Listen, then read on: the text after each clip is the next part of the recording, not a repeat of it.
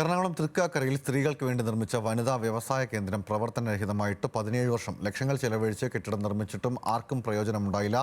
1.5 കോടി ചെലവഴിച്ച് 2009 കെട്ടിടം നിർമ്മിച്ചത്. വനിതകൾക്ക് സ്വയം തൊഴിൽ കണ്ടെത്തുകയെന്ന ലക്ഷ്യത്തോടെയാണ് 2009 തൃക്കാക്കരയിൽ വനിതാ വ്യവസായ കേന്ദ്രം നിർമ്മിക്കുന്നത്. 1.34 കോടി രൂപ ചെലവിലാണ് ഈ കെട്ടിടം നിർമ്മിച്ചത്.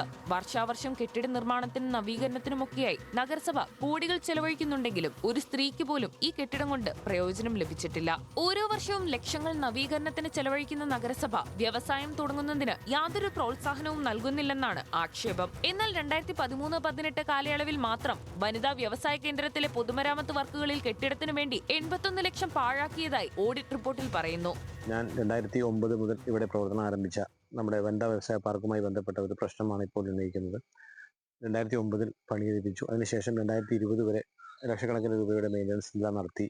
എന്നിട്ടും ഇതുവരെ പ്രവർത്തന സജ്ജമാകാത്ത ഒരു വ്യവസായ പാർക്കും ഇപ്പോൾ വേസ്റ്റ് ഡംപയാർഡായി കിടക്കുന്ന ഒരു അവസ്ഥയിലാണ്.